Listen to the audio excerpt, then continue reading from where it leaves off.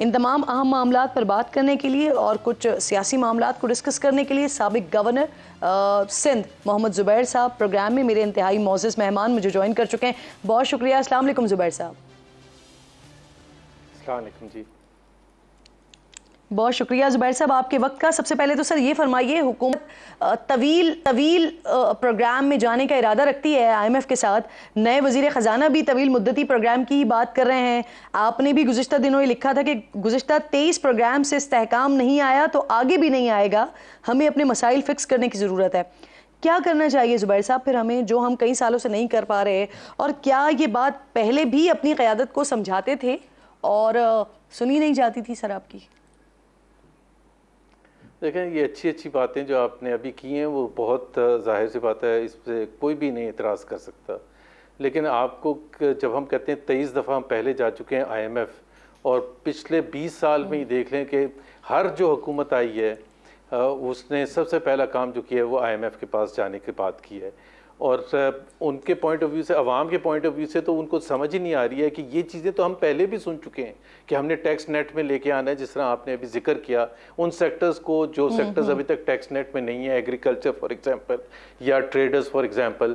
इसी तरह से हम जब ये कहते हैं कि हमारे जो स्टेट इंस्टीट्यूशंस हैं, PIA और स्टील मिल और दूसरे इदारे, उनकी बदहाली इतनी है कि उसको फिक्स करना होगा और फिर जाके हमारी मईशत आगे जाएगी। इसी तरह से एनर्जी सेक्टर में जो लाइन लॉसेज हैं, डिस्ट्रीब्यूशन कंपनीज की जो तबाह हाली है और सो ऑन, उसको ठीक करना पड़ेगा। तो ये तो सब सुन सुन के कान पक नहीं चुके हैं सबके।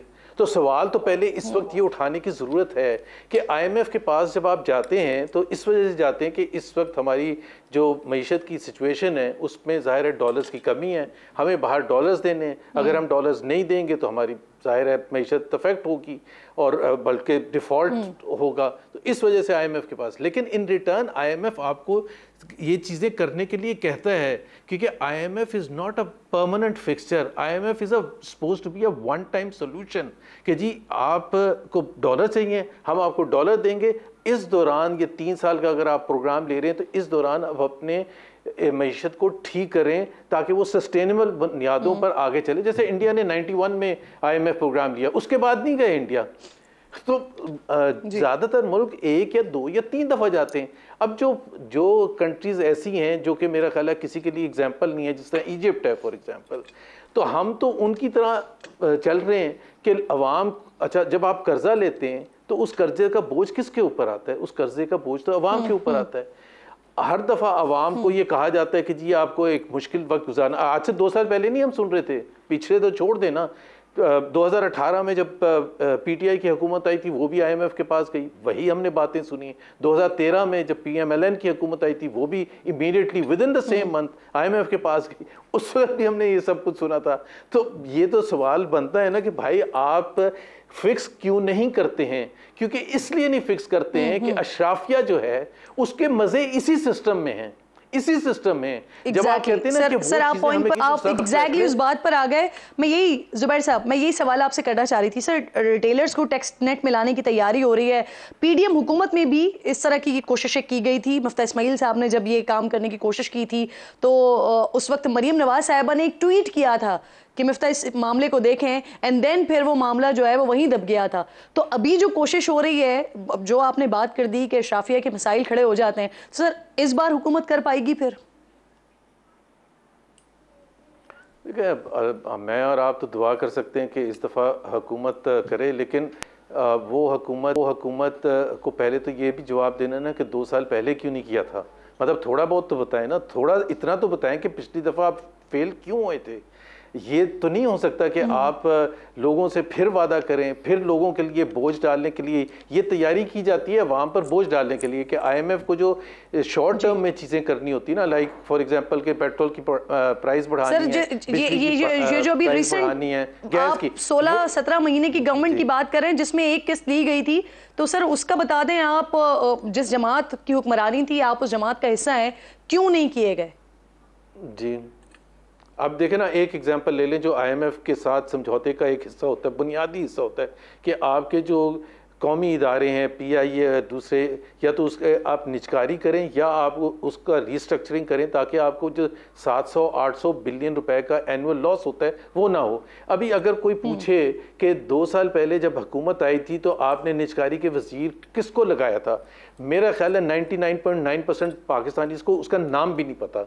तो मतलब अगर आप इतने नॉन सीरियस थे, I mean let me be blunt about it, के फॉरेन मिनिस्टर जो हैं हमारे डार साहब, अब वो आज से कुछ अरसे पहले तक तो ये सोच भी नहीं कर सकता था कि जी PMLN की हुकूमत आया, डार साहब उसमें वजीर ख़जाना ना हो। ये आप भी एग्री करेंगी, पूरा पाकिस्तान एग्री करता है, लेकिन फैक्ट ये है कि ये अनथिंकेबल हुआ है और इम्प्लीमेंट किया गया है। इसका मतलब ये है कि 16 महीने की जो हुकूमत थी वो इतनी कमज़ोर थी और उसकी परफॉर्मेंस इतनी ख़राब थी कि आपको उसको आप डिफेंड ही नहीं कर सकते थे। मतलब इतनी मुश्किलात PMLN के लिए बन गई कि जी डार साहब को नहीं लगाना। अब डार साहब को कहीं फिट तो करना था। अब फॉरेन मिनिस्ट्री हमारी, मेरे हिसाब से तो फॉरेन मिनिस्ट्री जो होती है वो उतने ही अहम होती है जितनी फाइनेंस मिनिस्ट्री होती है इकोनॉमिक स्टैंड पॉइंट से। बिकॉज फॉरेन मिनिस्ट्री का काम क्या है, आप ख़ासतौर पर जिस तरह रीजनल कंट्रीज़ हैं, ईरान है, अफगानिस्तान है, इंडिया है, इन सब के साथ आप रीजनल पीस लेके आएँ, वो एफर्ट के साथ होता है ताकि आप रीजनल ट्रेड करें, ताकि पाकिस्तान के अवाम को उसका फ़ायदा हो रीजनल ट्रेड का। इसी तरह से दूसरे ममालिक हैं, यूरोपियन यूनियन है, चाइना है, पाकिस्तान है, चाइना पाकिस्तान रशिया रिलेशनशिप है, पाकिस्तान US रिलेशनशिप है। अभी बड़े मज़े से डोनाल्ड लू ने कह दिया कि जी अगर ये ईरान के साथ कुछ करेंगे तो वी हैव वार्न्ड देम, और पाकिस्तान की वजारत खारजा की तरफ से कोई रिस्पॉन्स तक नहीं आया। तो you have to build up that relationship for the economic benefit of the masses। लेकिन अनफॉर्चुनेटली मुझे तो नहीं नज़र आता।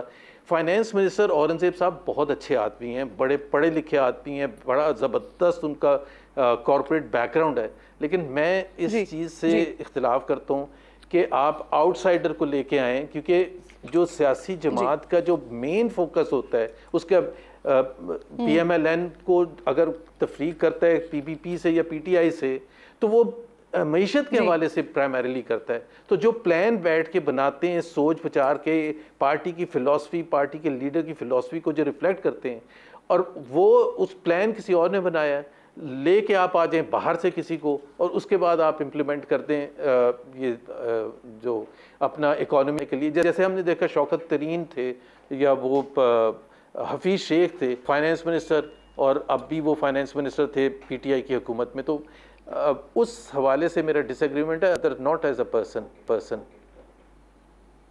सर, ये शहबाज शरीफ साहब मुल्की मसाइल से निपटने के लिए कायदाना सलाहियत रखते हैं? फिर देखिए, जो 16 महीने की परफॉर्मेंस थी वो उसमें तो कोई ऐसी झलक नज़र नहीं आई थी, और इस वजह से जो नारा था वो नारा वज़ीर आज़म नवाज़ शरीफ के लिए था, और पूरे पाकिस्तान मुस्लिम लीग नवाज़ के जो वर्कर्स थे, millions and millions of workers, not just in Pakistan, Pakistan से बाहर भी, उनके लिए ये बड़ा क्लियर था कि जी हम ये कहते थे कि 16 महीने की अगर हुकूमत की परफॉर्मेंस सही नहीं है तो नवाज़ शरीफ आएंगे और वो सब सही कर देंगे। कौन सा नवाज शरीफ? वो जो 2017 में छोड़ के गए थे। सो सबकी उम्मीदें तो नवाज शरीफ के साथ थी, वोट भी नवाज शरीफ के नाम पर ही लिया गया था। अगर ये शायद पता होता PMLN के वर्कर्स को कि जी नवाज शरीफ वज़ीर आज़म नहीं बनेंगे तो ये रिजल्ट्स थी जो इतने ख़राब आए ये भी ना होते। तो जाहिर है उनमें जो मेरे हिसाब से, मेरे अपने हिसाब से उनमें जो काबिलियत थी लीड करने की, कंट्री को, सूबे को, एक डिफरेंट होता है सूबे को लीड करना या मेयर को बनना, एक बिल्कुल मुख्तलिफ चीज़ होती है। पॉलिसी मैनेज करना जिससे दूरस्थ नताइज हों। नवाज शरीफ की जो थिंकिंग थी, जो जिस किस्म की वो डिसीजन मेकिंग थी, मेरे हिसाब से उनका ना होना तो बहुत ज़्यादा ख़राब है। सर, ये ज़रा ये बताइएगा कि आपने कहा है कि आपने नून लीग को नहीं छोड़ा बल्कि नून लीग ने आपको छोड़ दिया है, तो इस वक्त आपका नून लीग में स्टेटस क्या है? आपको नून लीग के सीनियर रहनुमा पुकारा जाए, सीनियर सियासतदान कहा जाए? क्योंकि जिस तरह के आपके स्टेटमेंट मुसलसल मैं देख रही हूँ तो ये कन्फ्यूजन क्रिएट हो रही है। देखिए, मैंने नून लीग को नहीं छोड़ा। मैं पार्टी बहुत बड़ी होती है, इसमें गलतफहमी में किसी को भी आना चाहिए। पहले भी लोगों ने कोशिश की है कि अपने आप को समझा कि बहुत बड़े हैं और पार्टी छोटी है, उनके जाने से पार्टी को अफेक्ट होगा, ऐसे कोई बात नहीं होती। ये late me be very blunt and Frank about it. लेकिन पार्टी के जो एक बयानिया था, वोट को इज्जत दो, वो बड़ा स्ट्रॉन्ग किरण बयानिया था। वो पाकिस्तान की तारीख में कम पॉलिटिकल पार्टीज़ ने इस किस्म का स्ट्रॉन्ग बयानिया, और उसकी वजह ये थी कि we strongly believed in that. वो उसका मतलब क्या था? Civilian supremacy. और वही सिविलियन सुप्रीमेसी की जंग में जो कुर्बानियाँ दी थी, सबसे आगे बढ़ के मियाँ नवाज शरीफ ने, उनकी बेटी मरीम नवाज ने, बाकी तमाम लीडरशिप ने, वर्कर्स ने, सब ने मुश्किलात झेली थी उस सिविलियन बालादस्ती के लिए। वरना तो 2016-2017 में बड़े आराम से आज भी मियाँ साहब ने कुर्बानी दी है सर, नहीं दी है? नहीं, मतलब मियाँ साहब ने तो कुर्बानी दी है, लेकिन वो वोट को इज्जत दो के बेसिस पर नहीं दी है। 2017 में जो कुर्बानी दी थी वो वोट को इज्जत दो। अगर उस वक्त अगर बैकडोर कोई अरेंजमेंट हो जाता, और जो कि बड़े आसानी से हो सकता था, अभी किस लिए कुर्बानी दी है सर? अवाम की अभी तो देखें ना आप, ये तो जाहिर है वो सही बता सकते हैं कि मियाँ नवाज शरीफ ने क्यों कुर्बानी दी है। मैं तो समझता हूँ कि नहीं देनी चाहिए थी। मैं समझता हूँ कि PMLN अगर हुकूमत बनाने जा रही थी, पहली तो बात ये, बहुत से वो लीडर्स भी जो कि PMLN के साथ अभी भी बिल्कुल साथ हैं, जिस तरह जावेद लतीफ़ हैं और भी कुछ लीडर्स हैं, वो समझते हैं, और मैं भी समझता हूँ कि जी PMLN को जो रिज़ल्ट आए थे उसके तहत हुकूमत नहीं लेनी चाहिए थी फेडरल लेवल पर। पंजाब में बिल्कुल ले लेनी चाहिए थी, लेकिन फेडरल लेवल पर नहीं लेनी चाहिए थी। PTI शोर मचाए या पीपल्स पार्टी का, हमारा ये मसला नहीं है कि हम ये कहें कि जी हमने रियासत बचानी है। रियासत को ये नहीं होता कि इतनी छोटी सी चीज़ है कि आप ये कहें कि मैंने हुकूमत नहीं बनानी तो रियासत गिर जाएगी। पूरी दुनिया में होता है, आप चॉइस करते हैं, पॉलिटिकल लीडरशिप, पॉलिटिकल पार्टीज़ कहते हैं कि हमारे पास क्या इतना मैंडेट है। मेरी नज़र में मियाँ नवाज शरीफ को गलत बताया गया था कि हम स्वीप कर जाएंगे इलेक्शन, ख़ासतौर पर पंजाब में। जब वो रिज़ल्ट नहीं आए तो उन्होंने बिल्कुल सही फैसला किया कि इस वक्त हम इलेक्शन के नतीजे, इस वक्त अगर मियाँ नवाज शरीफ ने, मेरे ख्याल में ये सोचा कि अगर वो बनते हैं तो वो फैसले, जो मुश्किल फैसले इस वक्त करने की ज़रूरत है, जिसके पीछे आपके पास मेजॉरिटी हो। नहीं सर, ये मियाँ साहब को किसने बताया था कि वो क्लीन स्वीप कर जाएंगे, इलेक्शन जीत जाएंगे? सब बता रहे थे उनको, PMLN के लोग। सर नाम ले सकते हैं, कौन बता रहा था? जो मैं जानता हूँ जिनको, नहीं नाम क्या ले सकते हो, मेरा नहीं ख्याल है किसी एक ने भी ये कहा होगा, किसी एक ने भी कि जी हमारी पोजीशन बहुत वीक है। मेरा नहीं ख्याल है किसी एक ने भी ये कहा था। आपको याद होगा कि जिस दिन वो वोट डालने गए थे और वोट डाल के निकले थे, उस हल्के में थे जिधर से ओन चौधरी जीते हैं, तो वो जब निकले थे और मीडिया से उन्होंने बात की थी, तो जुबैर साहब जो सियासी लीडर और मियाँ साहब 3 बार के प्राइम मिनिस्टर, अब उनकी सियासी बसीरत तो सर, और सियासी लीडर जो होता है वो बसीरत वाला होता है, सियासी बसीरत वाला होता है। तो मियाँ साहब को लोग आसपास के बता रहे थे, लेकिन उन्होंने खुद सूरत हाल को नहीं भापा। देखें, ये ऐसा था ना कि असल मुकाबला पंजाब में होना था PTI के साथ, और वो ये बताया जा रहा था कि जी हम अब ऑडियो टेप निकाल देंगे इसकी, अब वो बुशरा बीबी के खिलाफ ये आ जाएगा, फिर मानिका के बारे का इंटरव्यू दिलवा देंगे, और ये हो जाएगा, और पूरा इमरान खान की तो बिल्कुल सियासत ख़त्म हो जाएगी, और फिर एक के बाद 2 और 3 उसके खिलाफ कन्विक्शंस करवा देंगे 1 हफ्ता पहले इलेक्शन से, तो इमरान खान तो ख़त्म हो जाएगा और उसका कोई, और बल्ला छीन लेंगे, तो फिर तो कुछ रहेगा ही नहीं। क्यों PTI के लोग निकलेंगे वोट डालने के लिए? लेकिन हैरान कुन बात ये हुई कि PTI के वोटर निकल आए, पूरे पाकिस्तान में निकल आए, बावजूद इसके कि सिंबल ले लिया गया था, बावजूद इसके कि जो मुश्किलात उनको थी, वो कॉर्नर मीटिंग नहीं कर सकते थे। सो मेरा ख्याल है वो तमाम बेसिस पर यही बताया गया था कि जी अब तो इमरान खान को भूल जाएं। जब कन्विक्शंस दी थी वो इसी वजह से दी थी इलेक्शन से 1 हफ्ता पहले, कि ये तासुर दिया जाए कि Imran Khan is history now, और उनके सपोर्टर्स जो हैं अगर ना ही निकले तो अच्छा है, अगर 2-4 निकल भी आएंगे तो उससे फ़र्क नहीं पड़ेगा।